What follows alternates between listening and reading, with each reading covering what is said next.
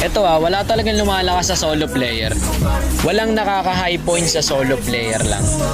Nag-i-improve meron, pero lumalakas sa solo player wala. Shoutout sa mga solo player dyan. Alam ko kung gaano kahirap. Sorry idol, pero yan pa rin siguro yung dahilan kung bakit low points pa rin tayo ngayon kahit pa in season na. Sa kakasolo natin, hindi na tayo umangat. Ramdam ko yan tol kasi low points lang din ako. Pero wag kang magsawa, makakahanap ka rin ng kaparty mo. Advantage talaga kasi sa laro yung may kaparty ka. Mas lamang ang panalo dun kaysa sa larong bahala lang na mag-isa ka. Kaya simula ngayon tol, I challenge you na wag ka na mag-solo.